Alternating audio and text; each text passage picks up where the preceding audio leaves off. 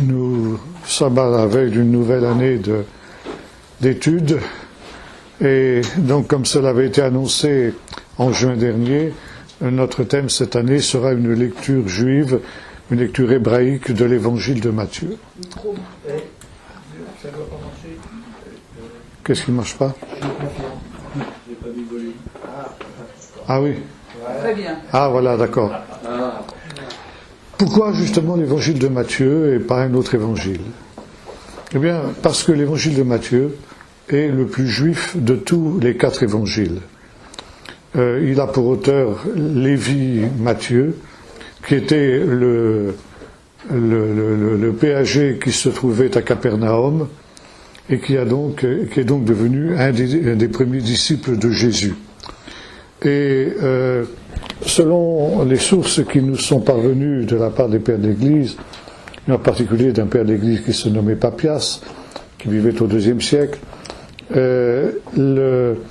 l'évangile il nous dit quelque chose de très intéressant. Il nous dit ceci: Matthieu écrivit en langue hébraïque les logias, c'est-à-dire les paroles de Jésus, et chacun les traduisit comme il le put. Et cette simple phrase, qui est assez laconique, et a été évidemment le point de départ de recherche de tous ceux qui ont essayé de comprendre ce que l'on appelle le problème synoptique. Vous avez sans doute tous remarqué que quand nous lisons les 4 évangiles, les 3 premiers se ressemblent énormément. On y retrouve plus ou moins les mêmes péricopes, les mêmes enseignements, mais dans un ordre différent. Et le problème qui se pose à tous les spécialistes est de savoir pourquoi y a-t-il un ordre différent dans les évangiles synoptiques et qui a été à l'origine, quel est le plus ancien de ces évangiles. Alors, il y a toutes sortes de théories là-dessus, qui sont toutes plus contradictoires les unes que les autres, ce qui prouve bien que le problème n'est pas aisé. Et je dirais que, pour ma part, je considère que pour l'heure, ce problème est loin d'être résolu. Il y a des théories selon laquelle, alors à cause de la phrase de Papias dont je parlais tout à l'heure, l'évangile de Matthieu, ou plutôt les paroles de Jésus dans l'évangile de Matthieu seraient à l'origine des 3 évangiles. Alors, il y a une autre théorie que l'on appelle la théorie Kell, d'un mot allemand, qui signifie donc qu'il y aurait une source commune aux 3 évangiles synoptiques, une source qui nous est perdue. Quand on a dit ça, on n'a rien dit, parce que quand bien même il y aurait cette source perdue, ce qui simplifie beaucoup les choses, eh bien on n'a toujours pas expliqué pourquoi les 3 évangiles, les 3 évangélistes ont mis les péricopes dans un ordre différent, et on sait bien, quand on étudie les évangiles, on se rend compte qu'il n'y a pas d'ordre logique et il n'y a pas d'ordre non plus chronologique dans la suite des péricopes. Par conséquent, pour les spécialistes, ce problème synoptique est un véritable casse-tête. Une théorie plus récente qui émane de l'école de Jérusalem, qui était celle dirigée par mon ancien professeur de Nouveau Testament à l'université de Jérusalem, qui était le professeur Flusser, serait l'idée que, en fin de compte, c'était l'évangile de Luc qui est le plus ancien, et celui dont se sont inspirés les autres. Bon, comme vous le voyez, on dit tout et son contraire. Par conséquent, on nage en plein mystère en ce qui concerne le problème synoptique, et encore une fois, ce problème est loin d'être résolu, donc laissons-le en état, sans essayer de le résoudre. Mais, même si l'on admet la théorie de Papias, qui semble confirmée aussi par d'autres sources, et notamment celle de Jérôme, Saint Jérôme, 4e siècle de notre ère, qui avait reçu, comme on le sait, une mission du pape Damas de refaire une traduction de la Bible en latin. Il y avait une traduction qu'on appelait la Verus Latina, la vieille version latine, qui était utilisée donc jusque-là, mais finalement elle était très incomplète et très imparfaite, tant et si bien que le pape Damas avait éprouvé le besoin d'avoir une traduction beaucoup plus fiable que celle qui était utilisée jusqu'alors, et il avait donc confié à un érudit qui se nommait Jérôme le soin de réaliser cette nouvelle traduction de la Bible en latin, Bible qui est devenue, comme on le sait, ce qu'on appelle la Vulgate, c'est-à-dire la Bible populaire qui est devenue la Bible, un monument littéraire absolument unique en son genre, qui est devenue la Bible de l'Occident jusqu'à la Réforme. C'est jusqu'à la Réforme, dans la Vulgate, que l'on lisait la Bible quand on avait la possibilité de le faire. Évidemment, ça veut dire qu'il fallait connaître le latin. Jérôme, donc, qui a voulu faire un travail extrêmement sérieux, s'est rendu en Israël. Il était conscient d'une réalité qui sera découverte par la suite par un homme qui avait visité Israël au XIXe siècle, que la terre d'Israël, c'est le 5e évangile. Et par conséquent, il voulait être sur place pour pouvoir s'imprégner du pays, de sa faune, de sa flore, de sa géographie, de son histoire, etc., pour faire une traduction la plus exacte qui soit possible. Et notamment, lorsqu'il est arrivé à la traduction des évangiles, il mentionne le fait qu'il y avait encore, de son temps, donc 4e siècle, il y avait en Israël une communauté judéo-chrétienne appelée nazaréenne, qui avait encore en langue hébraïque les logia de Jésus, les paroles de Jésus, c'est-à-dire une sorte d'évangile de Matthieu primitif, qui ne comprenait que les enseignements de Jésus, qui ne comprenait que les paroles de Jésus. Ce qui apporterait une confirmation à l'affirmation de Papias, à savoir que Matthieu a commencé par copier les paroles de Jésus, les logia de Jésus, et ensuite, à partir de là, on en a fait différentes traductions de plus ou moins de grande valeur, évidemment, dans ce domaine-là.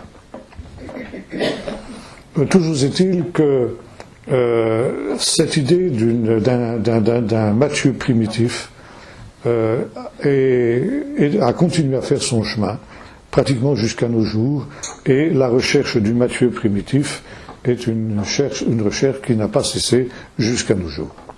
Maintenant, aussi bien chez Papias que chez Jérôme, il est question du fait que ce Matthieu primitif était écrit en langue hébraïque. Alors le problème est de savoir qu'est-ce que les auteurs veulent dire quand ils parlent d'une langue hébraïque. Jusqu'à, disons, il y a peu, la plupart des exégètes considéraient que la langue hébraïque en question n'était autre que l'araméen. Bon, le grec, ensuite, est devenu aussi une langue juive. D'abord parce que tous les juifs de la diaspora, de la dispersion, le parlaient et lisaient le grec, de telle sorte que la Bible de la diaspora des communautés hellénistiques était la Septante, la traduction des Septantes, qui avait été donc traduite par 70 savants d'après la tradition. Évidemment, c'est une tradition qui est remise en question aujourd'hui, elle est certainement légendaire par bien des aspects, mais donc c'était la Bible des communautés hellénistiques, dans la diaspora forcément, mais aussi dans le pays d'Israël, où il y avait également des communautés hellénistiques, et en plus de ça, beaucoup de juifs en Israël étaient à cette époque-là, bilingues, ils parlaient le grec. Jésus parlait-il le grec? C'est vraisemblable. On connaît, par exemple, l'évangile de Jean nous parle de l'entretien que Jésus a eu avec Pilate, et c'est un entretien qui semble avoir eu lieu directement, sans l'intermédiaire d'un interprète. Ce qui veut dire qu'évidemment, l'entretien s'est déroulé en grec parce qu'il est évident que Pilate ne parlait pas l'hébreu. ne parlait que le grec. Donc Jésus, vraisemblablement, connaissait le grec, et aussi, bien sûr, les apôtres, aussi des apôtres, même Pierre, vraisemblablement connaissait le grec. Paul, n'en parlons pas, le grec était sa langue maternelle, c'était un juif de la diaspora, et c'est ensuite seulement qu'il avait appris l'hébreu. Donc le problème est le suivant: quelle est la langue hébraïque qui serait la langue originelle de l'évangile de Matthieu? L'araméen. Donc d'abord, cette idée reposait sur ce que l'on pensait être un fait, à savoir que depuis le retour de l'exil, avec Ezra et Néhémie, l'hébreu était tombé en désuétude, et que la langue parlée en Judée était devenue l'araméen. De telle sorte que, à cette période-là, jusqu'à l'époque de la Mishnah, l'hébreu était devenu une langue morte. Une langue qui n'était plus utilisée que pour le culte, pour la prière, et pour éventuellement un certain nombre d'études qui étaient faites à partir de la Bible, donc une langue sacrée, un petit peu comme l'était devenu le latin, justement, à l'époque du Moyen-Âge, comme on l'a dit tout à l'heure, et que par conséquent, la langue officielle était l'araméen. On trouve effectivement, dans le Nouveau Testament, un certain nombre d'aramaïsmes, donc qui pourraient accréditer cette idée que la langue parlée à cette époque-là était l'araméen. Ce n'est qu'à partir de 1947, c'est-à-dire au moment de la découverte des manuscrits de la Mer Morte, que l'on a commencé à changer d'avis sur ce sujet-là. Et là, on a découvert un hébreu tout à fait particulier. Des documents qui étaient écrits en hébreu, c'est-à-dire que jusque maintenant, on ne connaissait que deux types d'hébreu: l'hébreu biblique, c'est-à-dire l'hébreu de ce qu'on appelle l'Ancien Testament, et puis ensuite, à partir du IIe siècle, l'hébreu de la Mishnah, c'est-à-dire des commentaires juifs de la Bible, qui avaient d'abord existé sous forme orale, et qui ensuite, après la destruction du temple, pour qu'ils ne soient pas perdus dans tous les bouleversements qui menaçaient de se produire avec l'exil, a été mise par écrit, qui est un hébreu un peu différent de l'hébreu biblique. Et entre l'hébreu biblique et l'hébreu de la Mishnah, il y avait un vacuum que l'on pensait avoir été rempli justement par la langue araméenne. Que la langue araméenne ait été parlée en Judée à l'époque du Nouveau Testament, ça personne ne le met en doute. Mais ce qui a été une découverte absolument révolutionnaire, c'est la découverte qui a été faite en 1947, au moment de la découverte des manuscrits de Qumran, d'un hébreu tout à fait particulier. Les documents de Qumran comprenaient non seulement des écrits bibliques, alors là il n'y avait pas de problème, cet hébreu-là on le connaissait, ça n'apportait rien de nouveau, mais il y avait un certain nombre d'autres documents, et notamment des documents profanes, qui étaient écrits dans un hébreu tout à fait spécial, d'un hébreu qu'on ne connaissait pas jusqu'alors, qui n'était ni l'hébreu biblique, ni l'hébreu de la Mishnah, et que l'on a appelé pour cette région l'hébreu de Qumran. Quelques années plus tard, en 1952, l'armée d'Israël a effectué des fouilles systématiques avec des moyens sophistiqués, hélicoptères et tout ce qu'on voudra, dans la région de la Mer Morte, et notamment dans les grottes de Juda.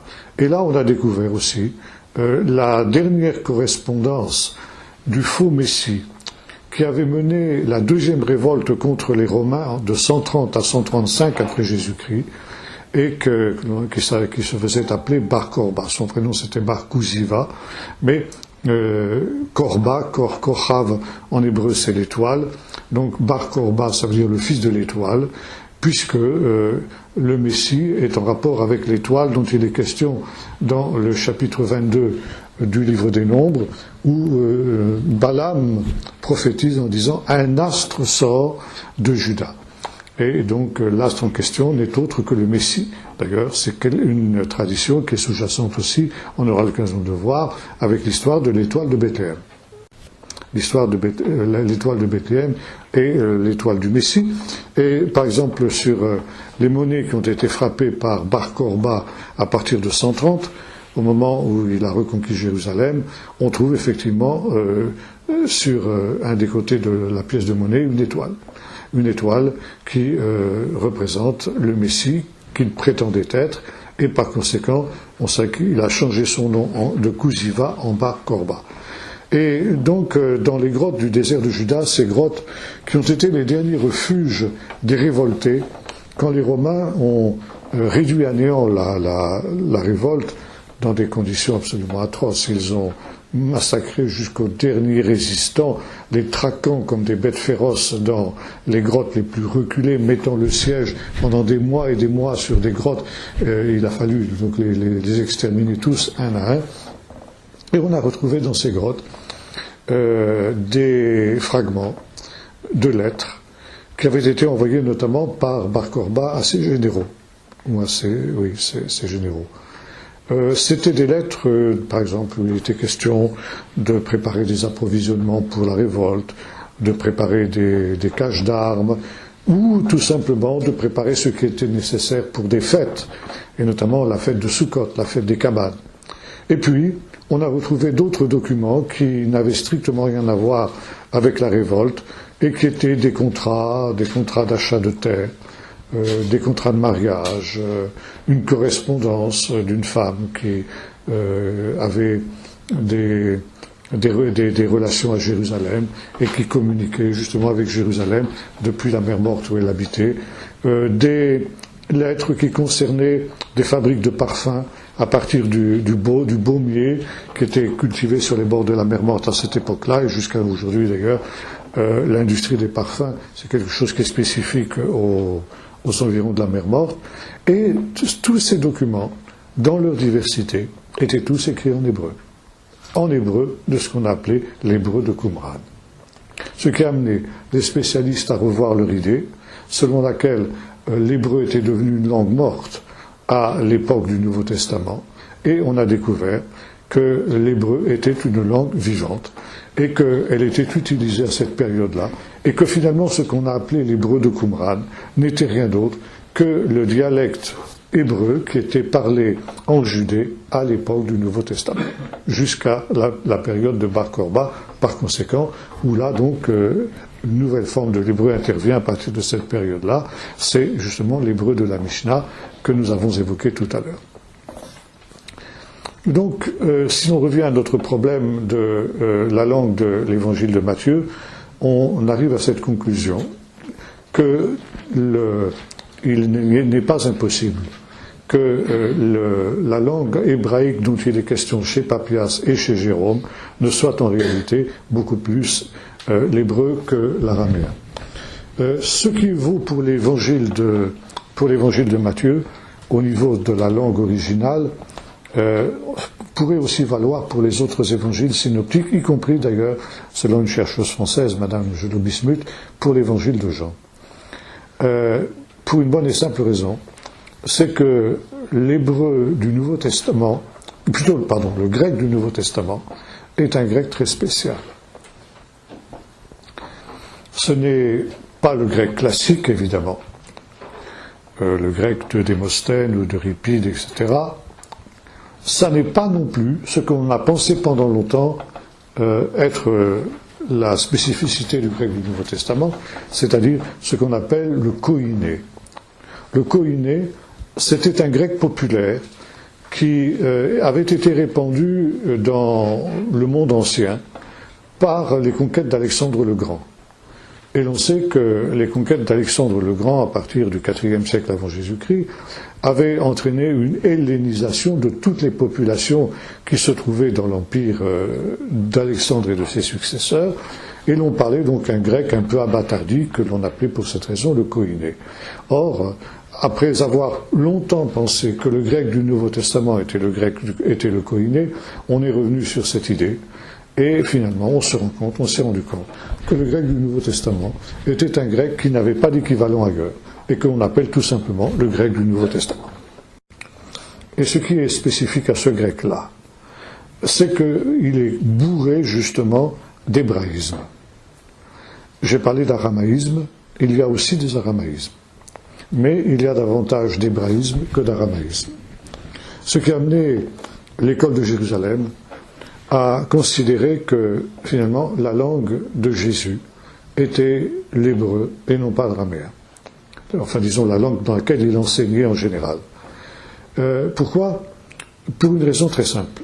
C'est que l'araméen était réservé pour la vie courante. Pour les choses banales, c'était la langue profane. Mais de fait, l'hébreu avait un caractère de langue sacrée. Et pour tout ce qui était officiel, et pour tout ce qui touchait au culte, c'était l'hébreu qui était utilisé, c'était l'hébreu qui était employé. Et l'hébreu était compris au même niveau que l'araméen, au moins. Et la plupart des Juifs de l'époque de Jésus étaient bilingues. Ils parlaient aussi bien l'hébreu que l'araméen. Et le professeur Flusser prenait une comparaison avec ce qui se passe en Suisse alémanique. En Suisse alémanique, on y parle un patois suisse-allemand, qu'on appelle d'ailleurs pour cette raison le Schweizerdeutsch, qui veut dire suisse-allemand, qui est proche d'ailleurs de l'alsacien aussi dans un certain nombre de domaines, et qui est utilisé dans la vie courante. Mais pour tout ce qui est officiel, que ce soit à l'école, que ce soit à l'église bien entendu, que ce soit dans les actes officiels, le droit, l'administration, etc., c'est le bon allemand qui est employé. Ça veut dire que les Suisses allemands sont bilingues, ils parlent à la fois le bon allemand et ils parlent à la fois le Schweizerdeutsch. Ce qui veut dire que là, nous avons un parallèle avec ce qui se passait en Judée à l'époque du Nouveau Testament et à l'époque de Jésus. Maintenant, le professeur Flusser et le pasteur Lindsay, qui était un de ses collaborateurs, plus ensuite la nouvelle génération qui est montée, qui est la génération de mon âge, est arrivé à une conclusion aussi tout à fait intéressante. C'est que le professeur Flusser s'est mis en devoir de retraduire en hébreu les paroles de Jésus. Évidemment, tout le monde est bien d'accord pour reconnaître que même si Jésus parlait le grec, vraisemblablement, comme on l'a vu tout à l'heure, il n'enseignait pas en grec. Le grec était compris par beaucoup de juifs à l'époque de Jésus en Judée, encore que vraisemblablement pas par tout le monde, mais ça n'était pas la langue du pays. C'est comme l'anglais. Aujourd'hui, beaucoup de gens parlent anglais dans nos régions, mais c'est pas la langue dans laquelle on va enseigner ou dans laquelle on va s'exprimer couramment dans un pays comme la France, par exemple, ou même dans des pays où l'anglais est beaucoup plus parlé qu'il ne l'est en France, par exemple dans des petits pays comme la Hollande, le Danemark et des pays de ce type-là où l'anglais est beaucoup plus répandu qu'il ne l'est chez nous. Mais, disons, donc Jésus parlait en langue hébraïque, donc hébreu-araméen, comme on l'a vu tout à l'heure. Dans la vie courante, il parlait en araméen, ce qui fait que l'on trouve dans le Nouveau Testament des aramaïsmes, mais aussi pour tout ce qui était enseignement, c'est l'hébreu qui était employé. Donc le professeur Flusser, à l'école de Jérusalem, s'est mis en devoir de retraduire en hébreu les paroles de Jésus, ou en araméen d'ailleurs. Ils ont fait les deux tentatives. Et là, ils ont fait une constatation très surprenante, très étonnante. C'est qu'il est extrêmement facile de retraduire en hébreu les paroles de Jésus. Comme s'il y avait un substrat, une trame, en dessous du grec du Nouveau Testament, qui nous permet de repasser du grec en hébreu. Et quand on repasse du grec en hébreu, on arrive à éclairer des textes qui sont obscurs et qui prennent un relief tout à fait nouveau. Le grec du Nouveau Testament est un grec spécial, comme nous l'avons vu, parce que justement, pour l'école de Jérusalem, ce grec n'est pas un dialecte grec quelconque, mais c'est un décalque de l'hébreu. Alors, pour vous expliquer ce qu'est un décalque, je vais prendre un exemple un peu humoristique. En dehors de la Bible, évidemment, mon livre de chevet, c'est Astérix. Et je vous fais une petite confidence, je ne vous le dirai à personne. Et parmi les albums d'Astérix, un de mes préférés, c'est Astérix chez les Bretons, c'est-à-dire chez les Anglais. Et là, donc, Goscinny a utilisé un procédé qui provoque un effet comique absolument garanti. Il a traduit littéralement en français des expressions qui sont typiquement anglaises. Bonté gracieuse, ce spectacle est surprenant. Et l'autre répond, il est, n'est-il pas? Aussi loin que je suis concerné. J'étais hors de mes esprits avec l'inquiétude. Alors évidemment, quand on connaît l'anglais, on revoit ce qu'il y a derrière, mais la traduction littérale de ces expressions fait un effet comique qui a été exploité par Goscinny. Eh bien, si vous voulez, ce qu'il a fait là, c'est un décalque. Et il a donc créé, disons, par ce moyen-là, un dialecte du français qu'on pourrait appeler une espèce de franglais, si vous voulez. Eh bien, le grec du Nouveau Testament, c'est ça. C'est un décalque, c'est une transposition mot à mot, une traduction mot à mot de l'hébreu. Même si, pour un lecteur grec de l'époque de Jésus, quelqu'un qui était habitué à la langue grecque, lire ces textes-là était aussi déroutant, était aussi étrange que quand nous lisons Astérix et le franglais d'Astérix de chez les Bretons. Mais, comme le disait le professeur Flusser, les évangélistes qui nous ont traduit, qui nous ont communiqué les paroles de Jésus en grec, puisque le grec était aussi la langue des communautés au milieu desquelles le Nouveau Testament et le christianisme s'est répandu, donc il fallait évidemment que les évangiles soient traduits en grec, eh bien, avaient un tel respect des paroles de Jésus qu'ils ne se sont pas permis de les modifier en quoi que ce soit. Et quitte à rendre des textes parfois obscurs. On aura par exemple l'occasion de revenir sur la première des béatitudes, « Heureux les pauvres en esprit ». C'est un exemple. Bon, qu'est-ce que ça veut dire, les pauvres en esprit? Alors là, vous avez aussi de multiples traductions, surtout dans les traductions modernes, où la sagacité des traducteurs s'est exercée. Heureux ceux qui ont un esprit de pauvre, heureux ceux qui se savent pauvres. Enfin, il y a toutes sortes de traductions diverses de cette expression-là, tellement diverses d'ailleurs, qu'on arrive à la même conclusion que celle que nous avons évoquée tout à l'heure pour l'origine des évangiles synoptiques. C'est tellement divers que pratiquement, on peut dire que personne n'y a rien compris. Quand on prend le texte grec, c'est pas beaucoup plus explicite. On n'est pas beaucoup plus avancé. Et finalement, pour un lecteur grec de l'époque de Jésus, lire cette expression, eh bien, était aussi obscur que quand nous disons en français « pauvres en esprit » ou quand nous disons en anglais, c'est la même chose, « poor in spirit », espagnol, « pobres en espiritu ». Bon, c'est quelque chose qui est incompréhensible. Mais on a découvert dans les hymnes de Qumran un texte qui nous dit ceci.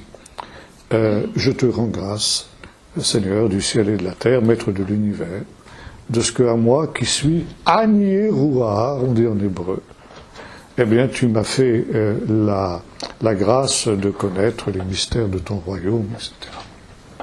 L'expression Anié Rouar, elle est très claire en hébreu. Ça signifie, c'est presque, si vous voulez, équivalent, presque synonyme d'un autre mot qu'on trouve aussi dans la troisième béatitude, les anavim. Ashrei anavim kilahem malchut hashamayim. Heureux les humbles, car c'est à eux que le royaume des cieux est destiné. Car ils hériteront la terre. Vous avez ça aussi dans le chapitre 4 de l'évangile de Luc, pour proclamer une bonne nouvelle, l'Esprit du Seigneur est sur moi, car il m'a oint, pour proclamer une bonne nouvelle aux anavim, aux humbles. Alors aux humbles, aux pauvres, etc. Et si vous voulez, la petite nuance qu'il y a entre l'expression anav et l'expression aniruach, en hébreu, c'est que l'expression aniruach est un petit peu plus précise. Elle signifie des gens qui sont conscients de leurs limites. Ils sont humbles, mais en même temps, avec cette nuance, conscients de leurs limites, des gens qui sont sans prétention et qui ne vont pas essayer d'aller plus loin que ce qu'ils sont capables de réaliser, de faire, de penser ou de dire. Donc ce sont deux béatitudes, si vous voulez, qui se correspondent. Et évidemment, quand vous relisez ça en hébreu, alors ça vous éclaire, ce texte qui autrement est un texte obscur. Des gens sans prétention, c'est ça que ça veut dire, tout simplement. C'est pas une question de se savoir pauvre. Bon, si un peu, si vous voulez, c'est pas entièrement faux, mais enfin, disons, c'est pas exactement le sens de ce texte-là. Et ce faisant donc, on peut retraduire très facilement les paroles de Jésus en hébreu, parce que finalement ça coule de source, ça coule tout naturellement. Si par exemple, notamment par exemple, si on reprend des expressions qu'on retrouve dans l'Écriture. Je parlais des anavim tout à l'heure. Cette expression des anavim, on la retrouve dans le chapitre 61 du livre du prophète Ésaïe. Alors là, bon, je pense aussi à ce que me racontait le professeur Flousser quand il était en train de retraduire notamment les béatitudes, justement. Et là, il avait heureux ceux qui ont faim et soif de justice, car ils seront rassasiés. Alors là, bon, on a dans les prières juives, ça aussi, souvent les prières juives nous éclairent sur un certain nombre de traductions qui sont nécessaires du Nouveau Testament.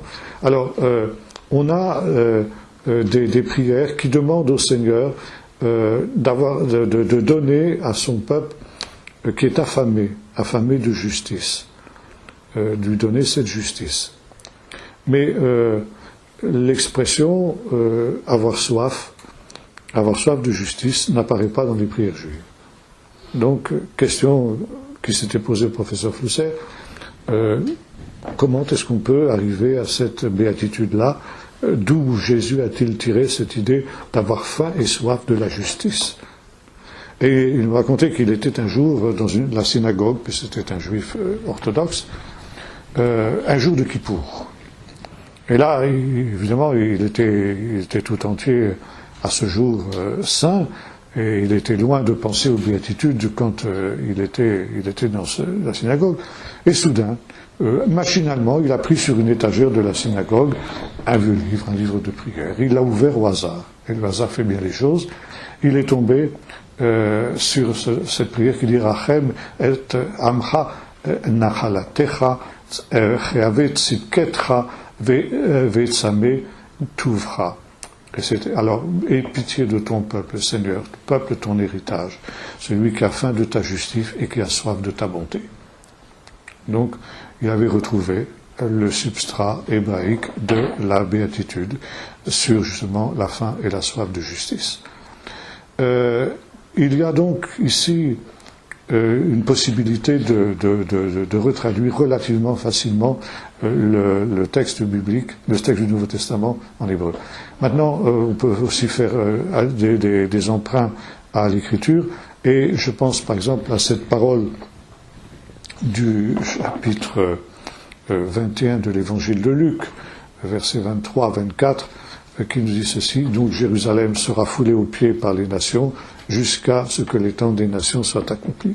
Alors par exemple, les anciennes traductions du Nouveau Testament en hébreu qu'on doit à des hommes comme de Litch par exemple, là se sont complètement plantés aussi parce qu'ils n'avaient pas cette perspective. De Litch a traduit son Nouveau Testament au XIXe siècle à une époque où on ne connaissait pas encore les manuscrits de la Mer Morte, donc évidemment il n'avait pas le recul nécessaire pour ce faire. Et donc Flousser a retraduit ce texte et il l'a comparé notamment à un texte qu'on trouve dans le chapitre 15 du livre de la Genèse, où il est question de ceci. Donc le peuple d'Israël sera captif dans un pays qui ne sera pas le sien, et il y sera servi pendant 400 ans jusqu'à ce que l'iniquité des Amoréens soit arrivée à son compte. Et en hébreu se dit Akish le Moïtot Agoyim. Et Kilo Shalem Avon Aemori Adena, Kilo Shalem Avon Aemori Adena, car l'iniquité des Amoréens, Lo Shalem, plénitude, comble, paroxysme, c'est la même racine que le mot shalom en hébreu, shalom que nous connaissons tous, perfection ne soit pas arrivé à cette perfection. L'iniquité des Amoréens n'est pas arrivée à sa perfection. Voilà comment on peut comprendre. Et donc, quand on reprend le texte de Jésus jusqu'à ce que le temps des nations soit accompli, ça vous donne justement, là on retraduit directement, c'est directement inspiré de cette parole du chapitre 15 de la Genèse, Adki Ishlemu Itot Hagoyim, donc Ishlemu, Shalem, on a le même mot, ça veut dire que les nations soient arrivées à leur paroxysme, soient arrivées à leur comble, soient arrivées à leur plénitude. Alors, plénitude, qu'est-ce que ça veut dire, la plénitude des nations? Alors, il y a un mot semblable, donc en grec c'est le mot pléroma, qu'on retrouve également dans l'Épître aux Romains au chapitre 12.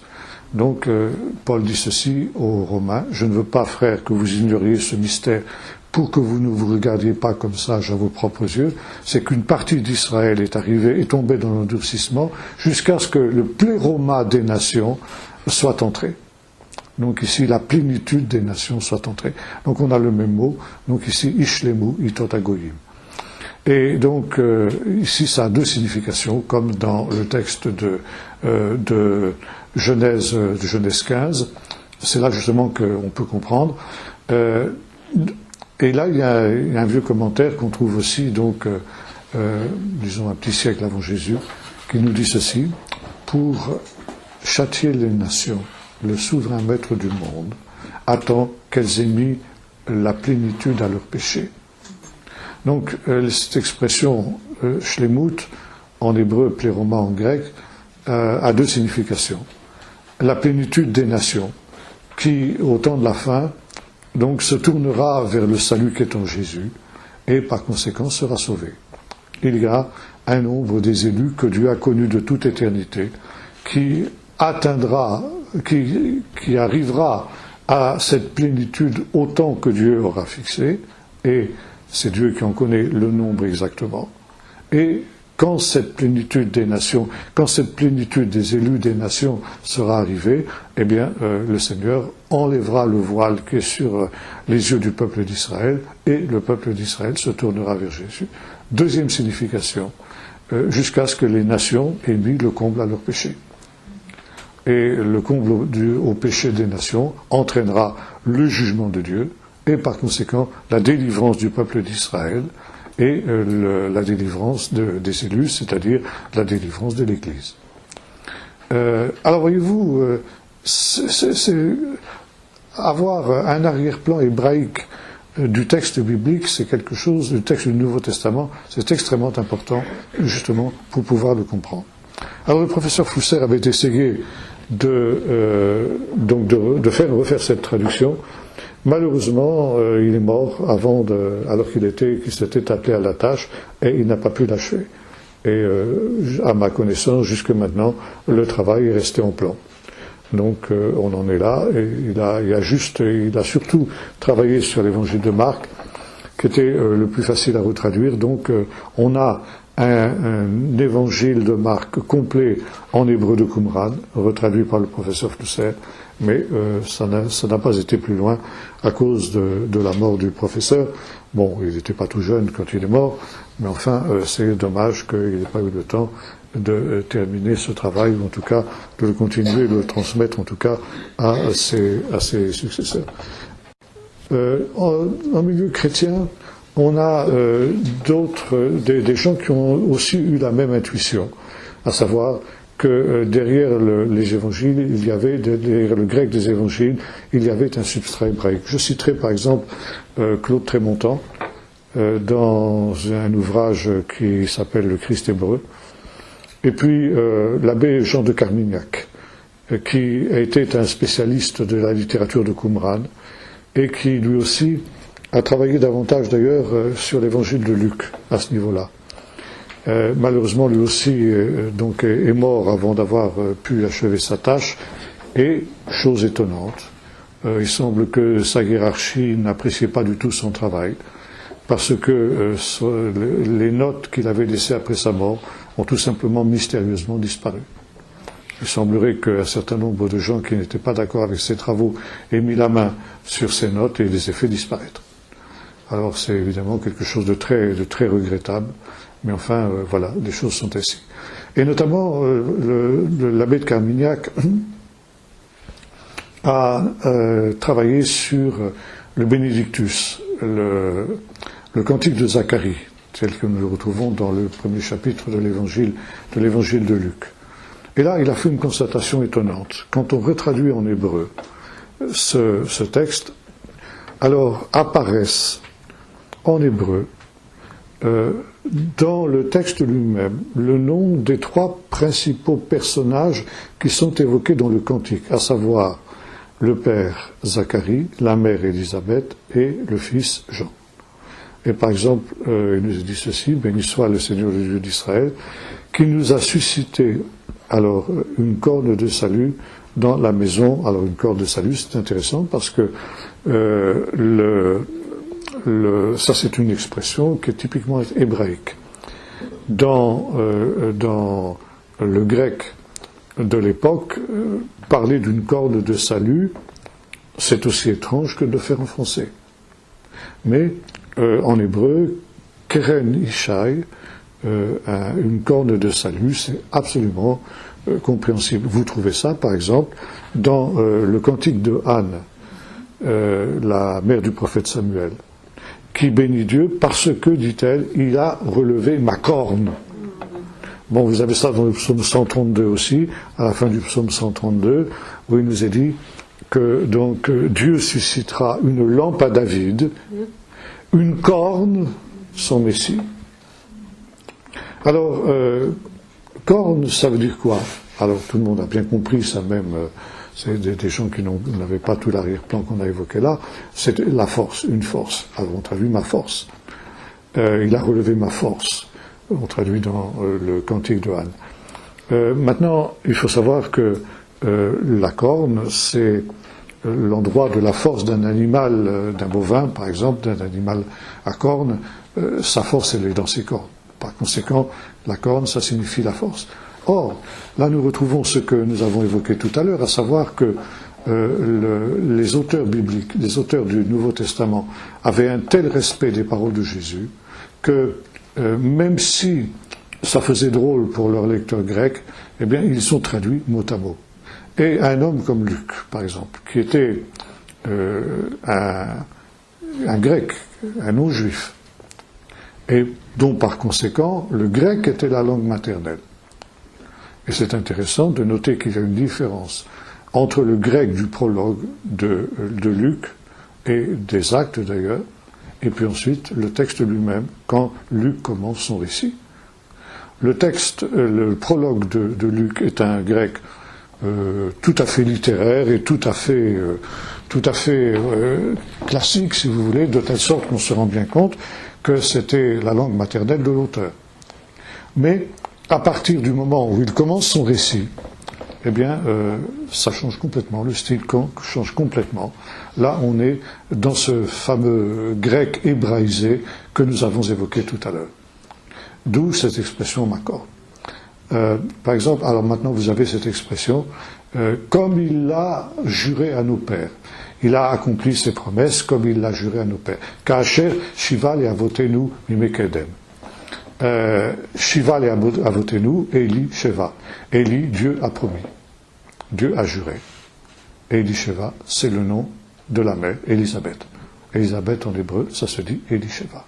Comme il l'a promis à nos pères. Il se souvient de sa sainte alliance, de la sainte alliance qu'il a conclue avec nos pères. Sraria et Brit Kotshu Asher Karat Imavotenu, Mimekedem. Sraria, il s'est souvenu de son alliance. C'est en hébreu Zacharie, le nom du Père.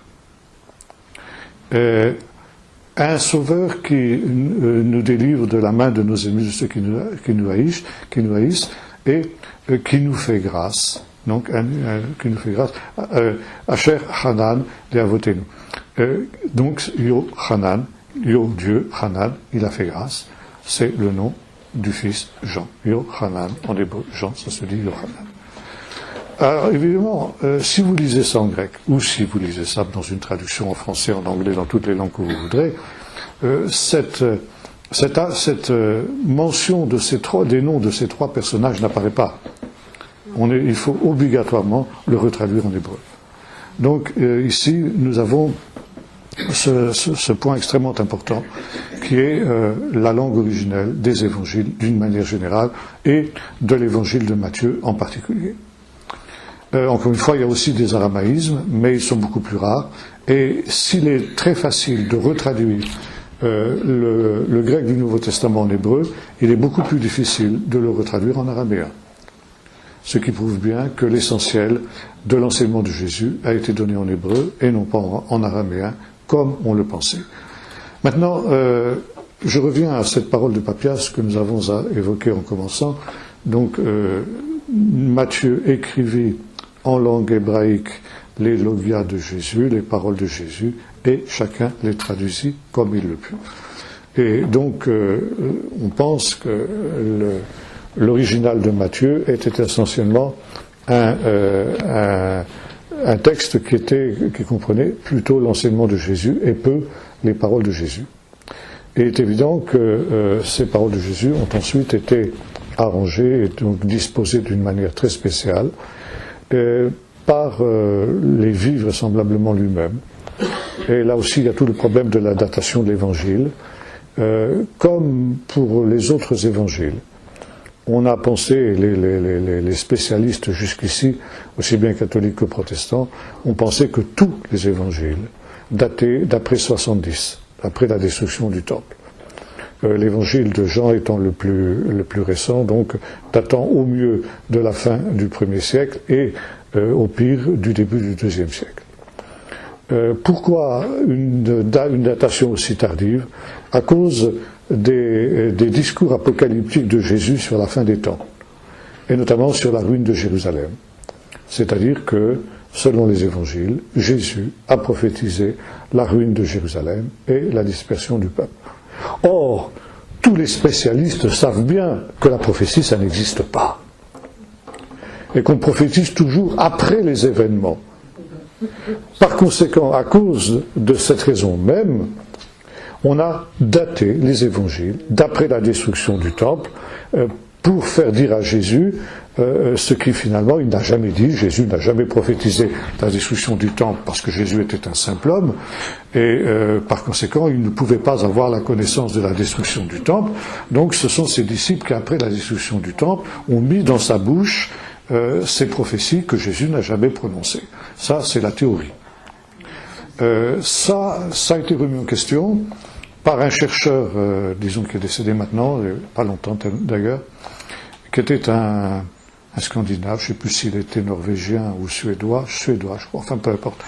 Il s'appelait le professeur Karl Peter Tiede, et c'était un des plus grands spécialistes de la papyrologie de l'époque, de notre époque.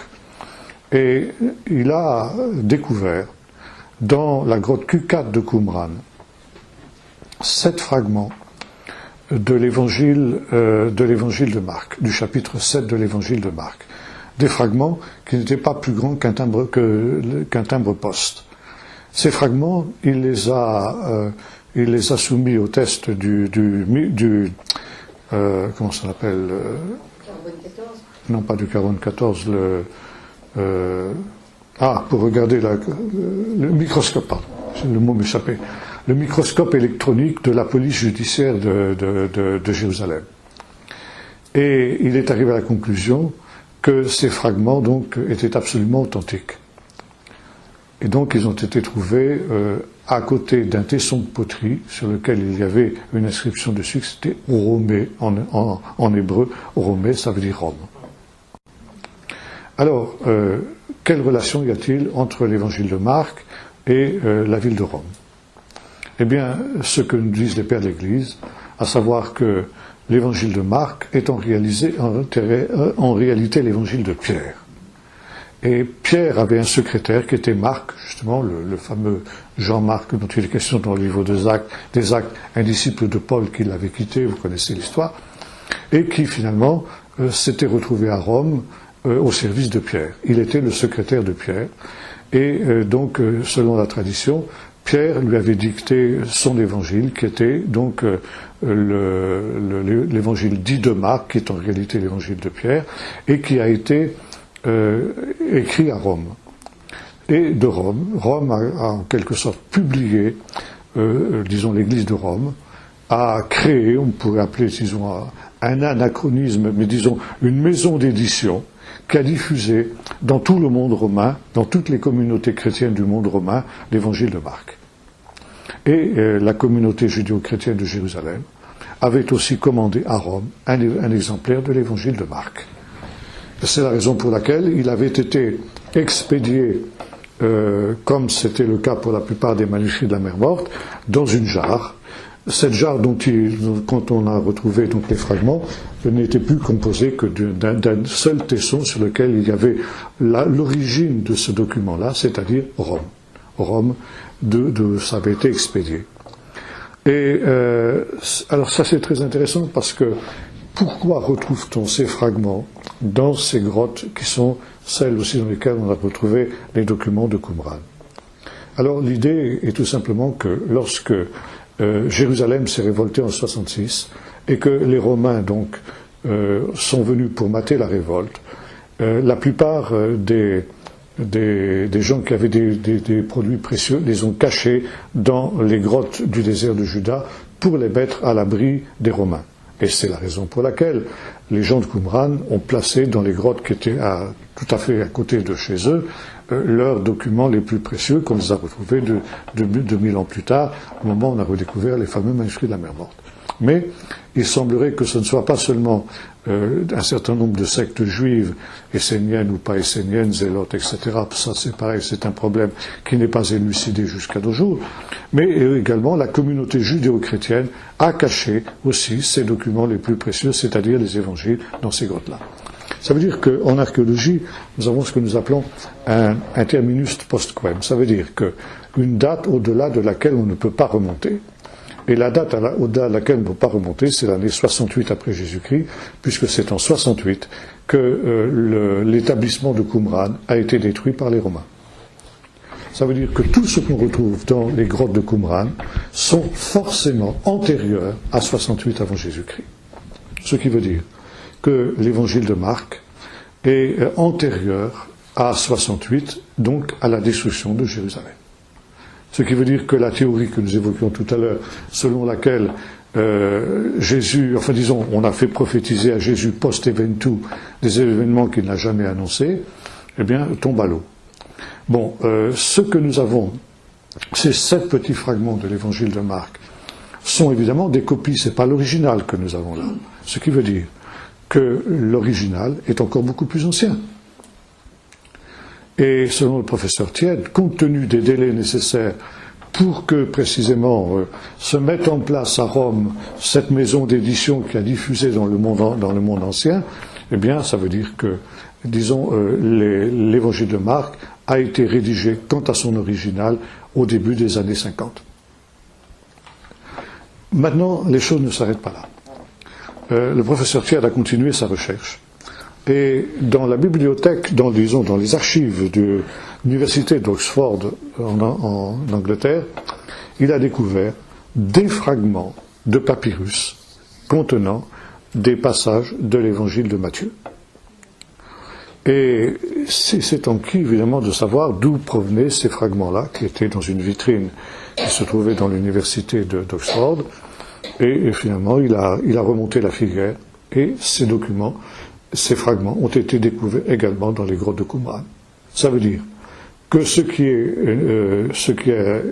valable pour l'évangile de Marc est valable aussi pour l'évangile de Matthieu.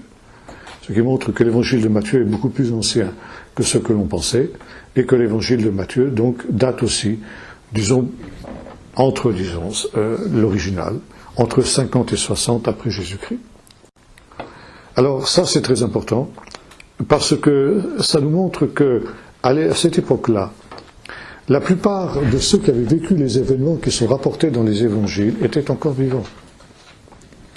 De telle sorte que si les événements rapportés dans ces évangiles avaient été trafiqués ou faux, il y aurait eu des gens qui se seraient dressés pour dire non, c'est pas comme ça que ça s'est passé, ça, c'est une fraude.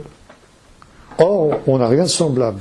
En tout cas pour les évangiles officiels, les évangiles canoniques. On sait que pour ce qu'on appelle les évangiles apocryphes, il y a eu des contestations. Et c'est une des raisons pour lesquelles ces évangiles n'ont jamais été admis au canon de l'Écriture. Mais en ce qui concerne les évangiles synoptiques, on n'a aucune contestation en ce qui concerne leur authenticité. Au contraire, on a un texte qui date disons des années de la fin du 1er siècle, qui nous dit que dans les années 60, au début des années 60, Pierre se trouvait à Rome. Et à Rome, donc, il y avait déjà à cette période-là une communauté chrétienne et judéo-chrétienne, il y avait les deux, à la fois une communauté pagano-chrétienne et une communauté judéo-chrétienne à Rome, relativement importante. Les auteurs latins tels que Tacite, Suétone et autres en parlent. Donc c'est quelque chose qui n'est pas, qu'on ne peut pas mettre en doute. Et donc ce texte nous dit que les communautés chrétiennes se rassemblaient dans des maisons privées. On n'avait pas de bâtiment d'église, comme ce sera le cas un petit peu plus tard à partir disons surtout de la conversion de Constantin, où on va avoir des églises, mais il y avait déjà aussi à partir de cette période-là des maisons d'église qui se sont créées un peu partout. Mais c'était plus dans des maisons privées que les communautés chrétiennes se rassemblaient. Et donc le texte en question nous raconte que Pierre, qui se trouvait à Rome à cette période, est entré un beau jour dans une maison dans laquelle une réunion était en cours.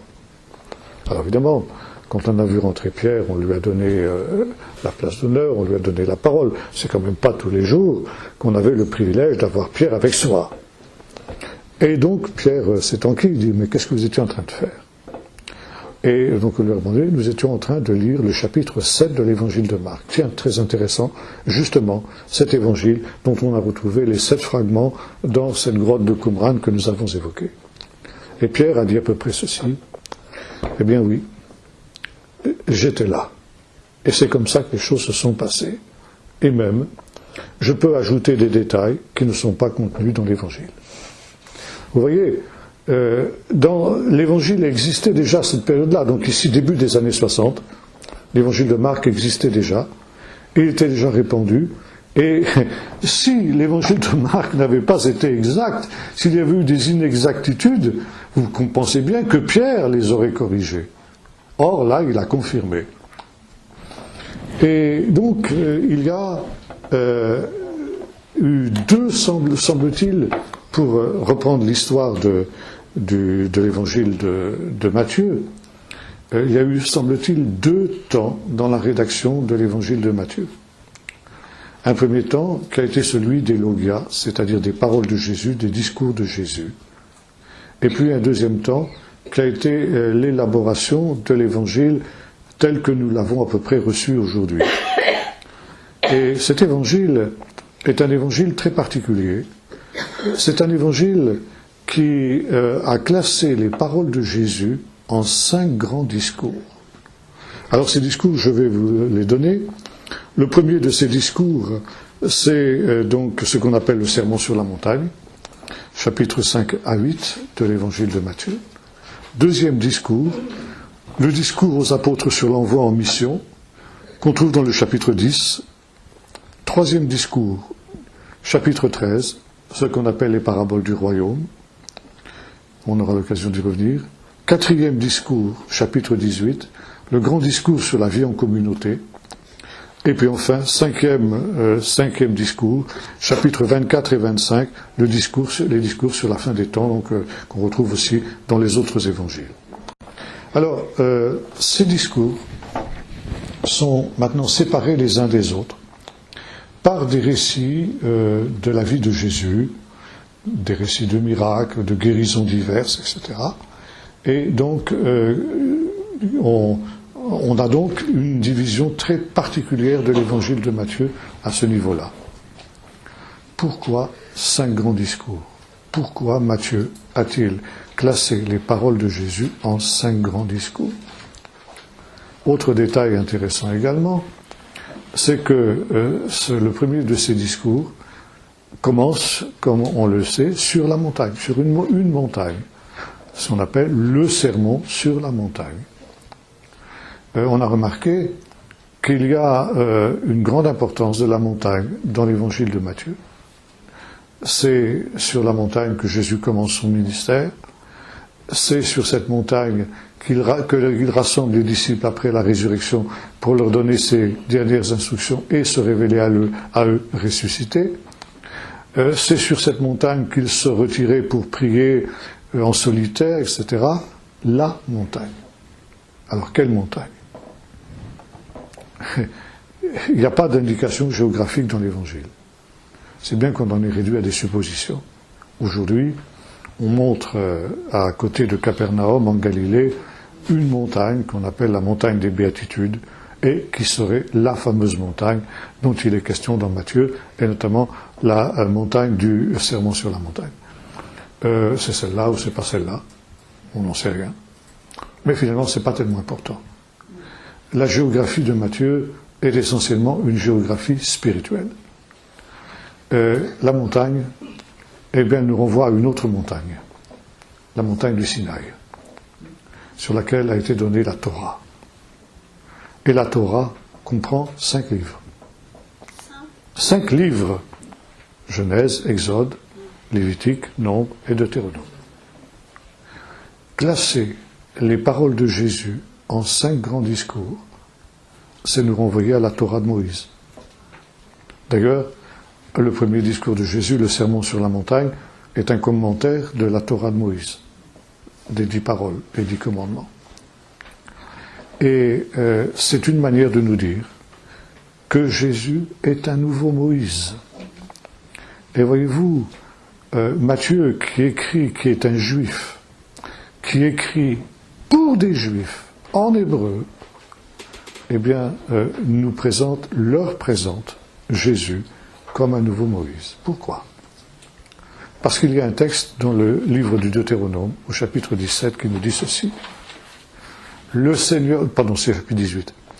Le Seigneur Dieu vous suscitera du milieu de tes frères un prophète comme moi, et vous l'écouterez dans tout ce qu'il vous dira. Par conséquent, il y avait l'espérance au sein du peuple d'Israël à l'époque de Jésus de l'apparition d'un nouveau Moïse. Et ce nouveau Moïse serait le prophète messianique, serait le Messie lui-même.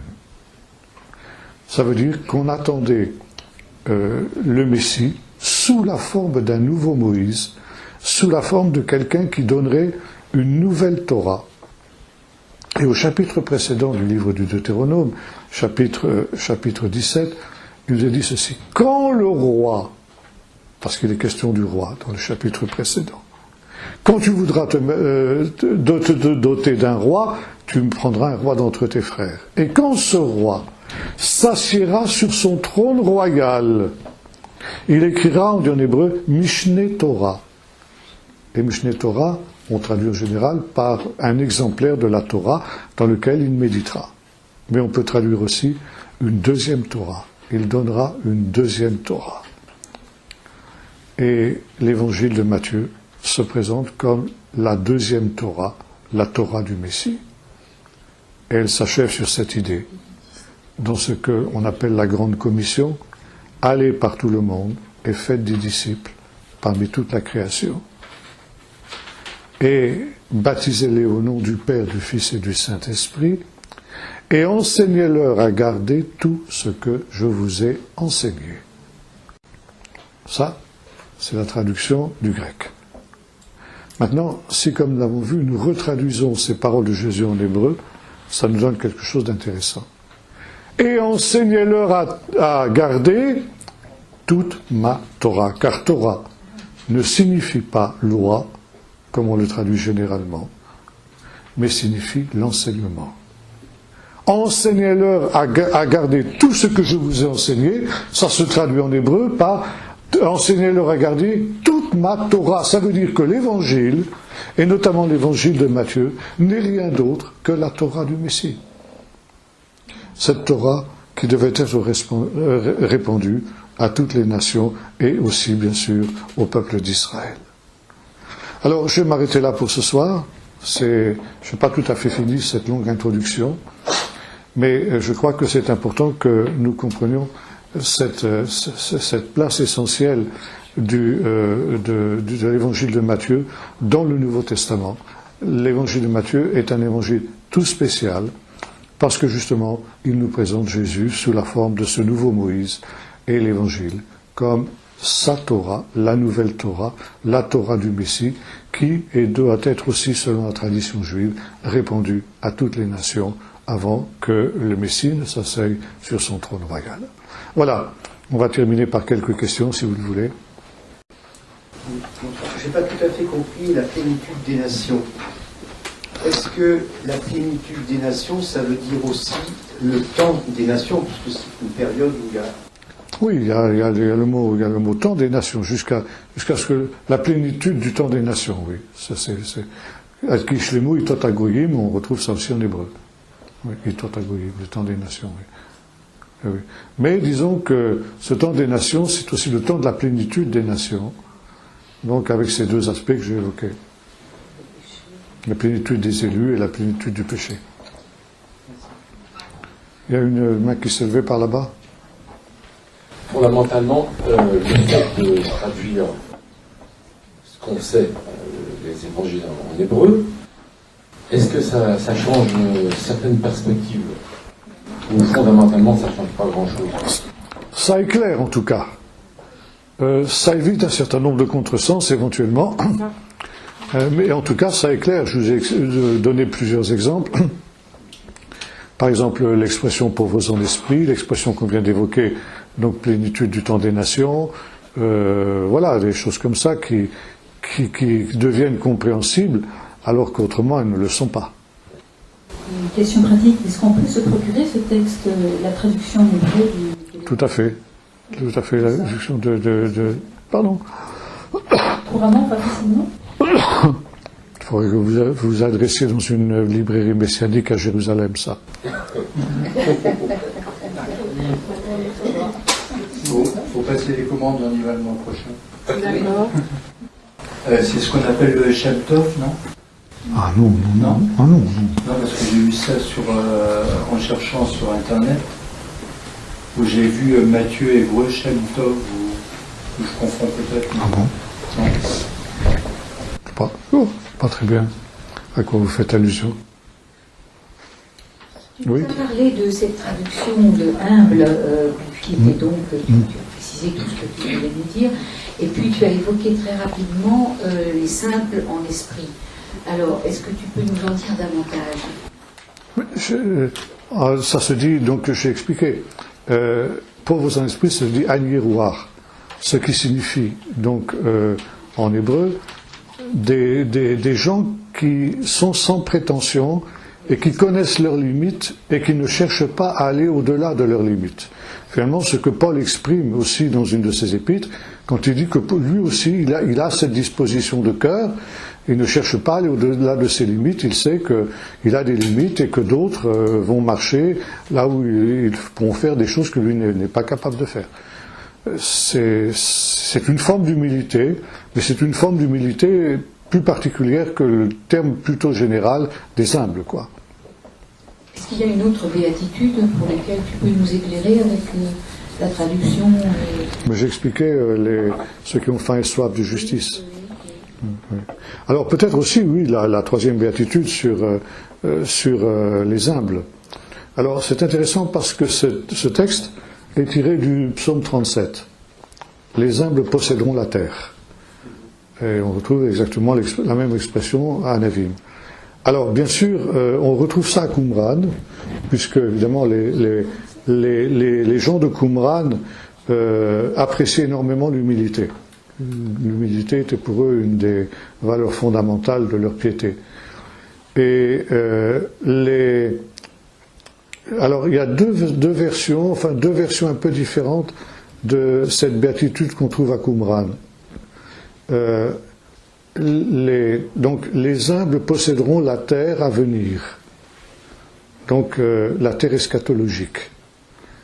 Et une autre version qui dit « Et les humbles posséderont la haute montagne d'Israël ».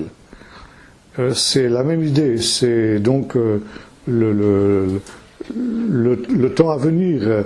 Ils posséderont la terre, mais la terre eschatologique, disons le royaume de Dieu. Et c'est presque synonyme justement de la première béatitude, car le royaume des cieux est à eux. L'expression royaume des cieux, on aura l'occasion d'y revenir. Ça, c'est une expression qui est tout à fait spécifique à Matthieu, qu'on retrouve nulle part ailleurs, et qui donne le ton à son évangile tout entier, de telle sorte qu'on appelait l'évangile de Matthieu l'évangile du royaume. Alors, si la retraduction en hébreu est si enrichissante, comment se fait-il que personne ne s'intéresse à ces travaux-là? Parce que ce sont des travaux qui sont effectués par des Israéliens et que finalement on ne connaît pas beaucoup en Occident ces travaux-là. Vous savez, le monde académique est un monde très très spécial, très très fermé, qui a un certain nombre de paradigmes dont il ne sort pas. Il y a, si vous voulez, deux institutions qui sont parmi les plus conservatrices au monde, c'est l'armée et c'est le domaine scientifique. Pour remettre en cause un paradigme, il faut parfois des années et des années. Par exemple, quand Samuel West a découvert la sepsie, vous savez, eh bien, il a eu un mal fou à expliquer ça à la communauté scientifique de son temps. Et par exemple, vous aviez des médecins qui à ce moment-là allaient faire des dissections de cadavres frais et sans se laver les mains, qui venaient examiner des femmes qui venaient d'accoucher.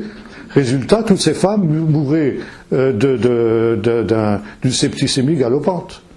Parce qu'ils leur mettaient des germes, donc des cadavres qu'ils venaient d'effectuer.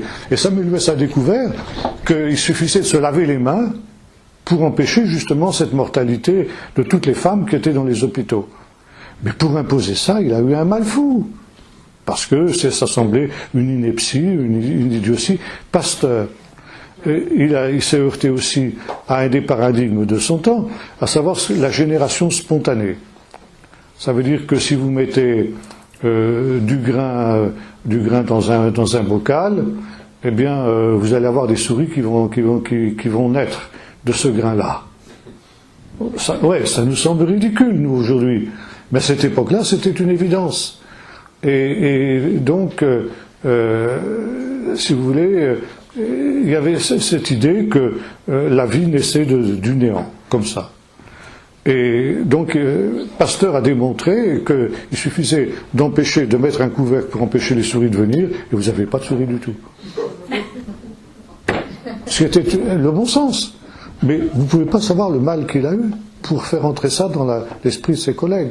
Alors, par rapport à tout ce que nous avons dit au sujet ici des recherches des Israéliens, c'est la même chose. En Occident, ça n'est pas dans l'air du temps, c'est pas comme ça.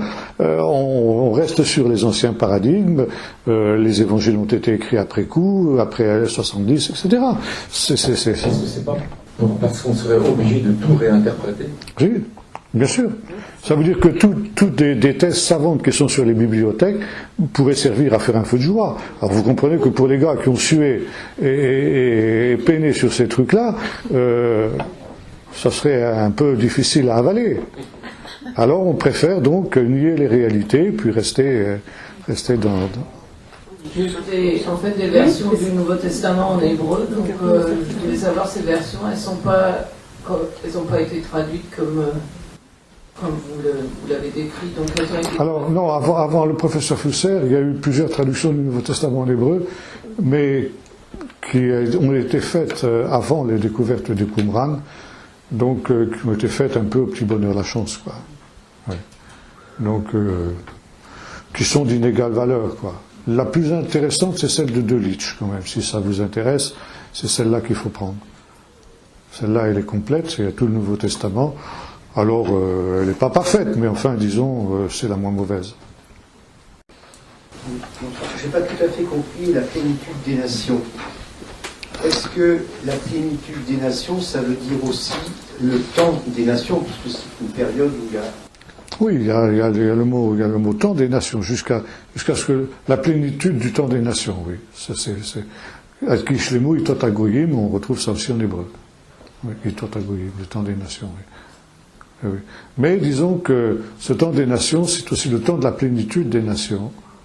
Donc avec ces deux aspects que j'ai évoqués. La plénitude des élus et la plénitude du péché. Il y a une main qui s'est levée par là-bas. Fondamentalement, le fait de traduire ce qu'on sait, les évangiles en hébreu, est-ce que ça change certaines perspectives? Ou fondamentalement, ça ne change pas grand-chose? Ça éclaire en tout cas.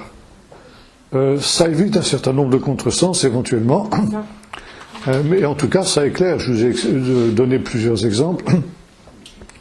Par exemple, l'expression pauvres en esprit, l'expression qu'on vient d'évoquer, donc plénitude du temps des nations. Voilà, des choses comme ça qui deviennent compréhensibles alors qu'autrement elles ne le sont pas. Une question pratique, est-ce qu'on peut se procurer ce texte, la traduction en hébreu du... Tout à fait. Tout à fait. La traduction Pardon. Couramment, pas facilement? Il faudrait que vous vous adressiez dans une librairie messianique à Jérusalem, ça. Faut passer les commandes, on y va le mois prochain. D'accord. C'est ce qu'on appelle le Shem Tov, non? Ah non. Ah non. Non, parce que j'ai vu ça en cherchant sur Internet, où j'ai vu Matthieu hébreu Shem Tov, où je confonds peut-être. Ah bon? Non. Pas très bien.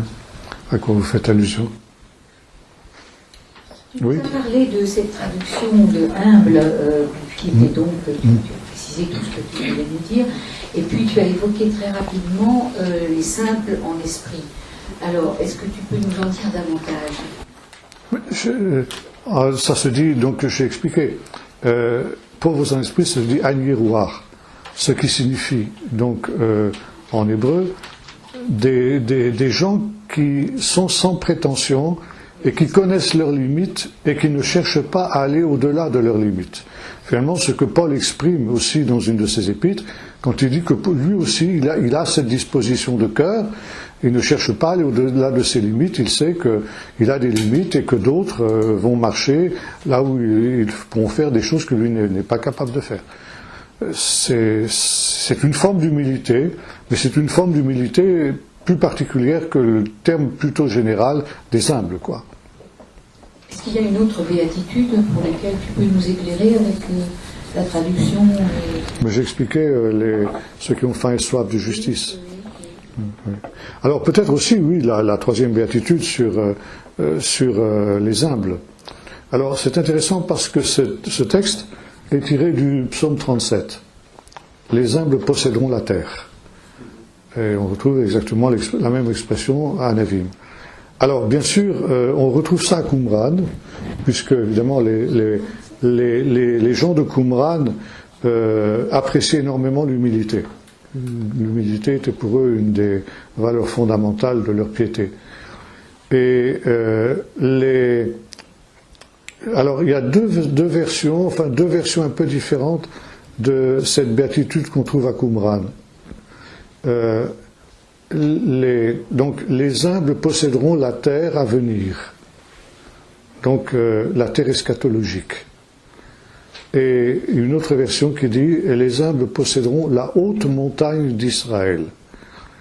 C'est la même idée, c'est donc le temps à venir. Ils posséderont la terre, mais la terre eschatologique, disons le royaume de Dieu. Et c'est presque synonyme justement de la première béatitude, car le royaume des cieux est à eux. L'expression royaume des cieux, on aura l'occasion d'y revenir. Ça, c'est une expression qui est tout à fait spécifique à Matthieu, qu'on retrouve nulle part ailleurs, et qui donne le ton à son évangile tout entier, de telle sorte qu'on appelait l'évangile de Matthieu l'évangile du royaume.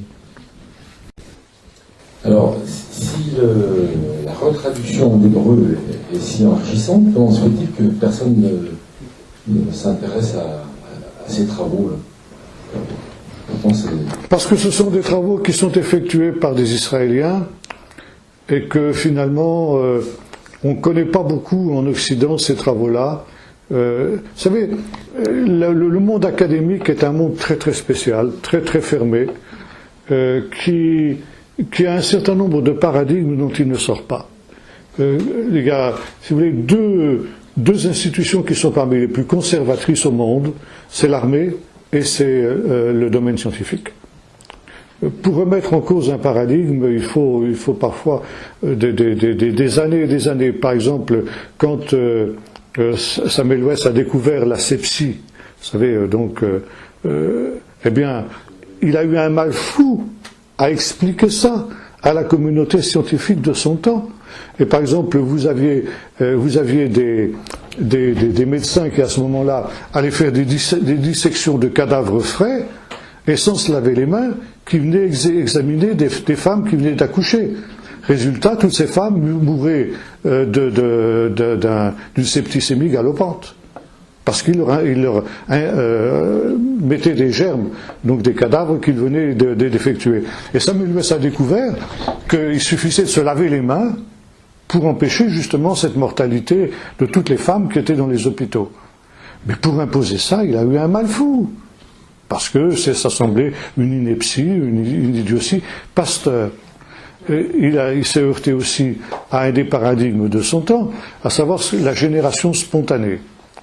Ça veut dire que si vous mettez du grain dans un bocal, eh bien, vous allez avoir des souris qui vont naître de ce grain-là. Ça nous semble ridicule, nous, aujourd'hui. Mais à cette époque-là, c'était une évidence. Et donc, si vous voulez, il y avait cette idée que la vie naissait du néant, comme ça. Et donc, Pasteur a démontré qu'il suffisait de mettre un couvercle pour empêcher les souris de venir, et vous n'avez pas de souris du tout. C'était le bon sens.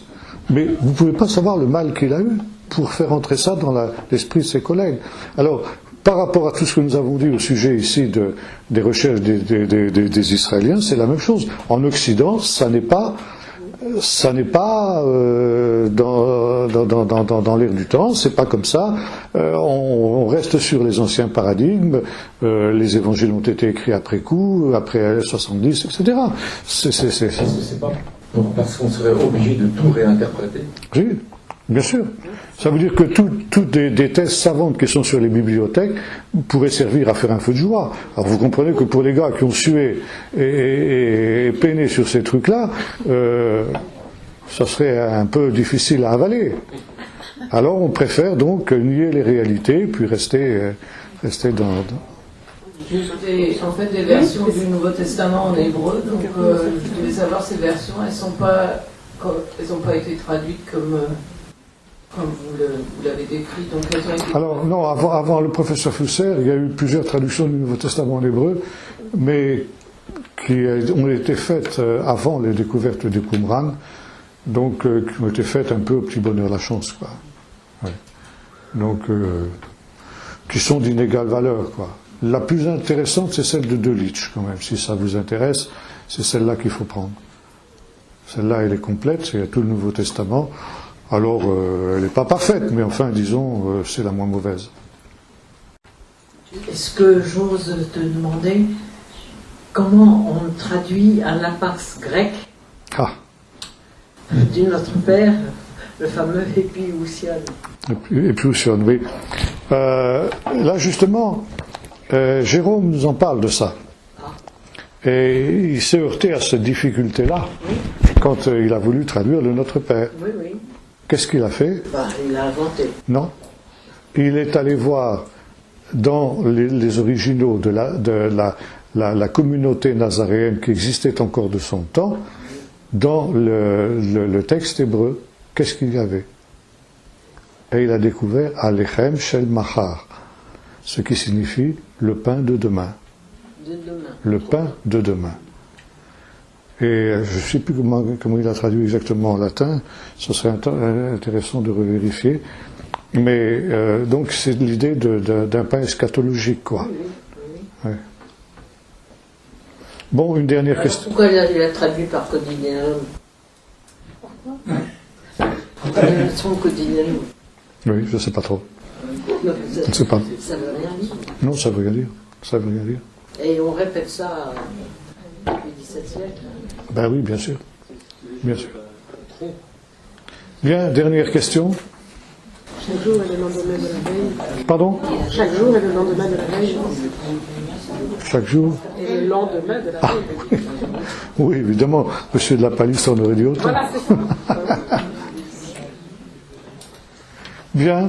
Eh bien, écoutez, on reprend donc la prochaine fois, on va poursuivre cette étude.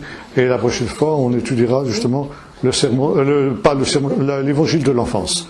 L'évangile de l'enfance sera d'ailleurs bientôt, ce sera à peu près avant Noël. Donc ça nous permettra de... Et l'évangile de l'enfance, c'est très spécial chez Matthieu. Et ça aussi, vous allez voir, il y a des choses tout à fait passionnantes de l'enfance. Les 2 premiers chapitres de l'évangile de Matthieu.